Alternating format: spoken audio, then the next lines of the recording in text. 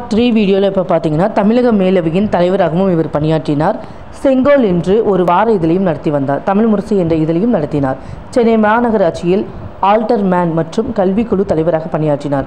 1967ஆம் ஆண்டு சென்னை மாகாண சட்டசபை உறுப்பினராக மாபோசி தமிழ்நாடு என்று பெயர் மாற்றத்திற்கு கோரிக்கையை எழுப்பினார்.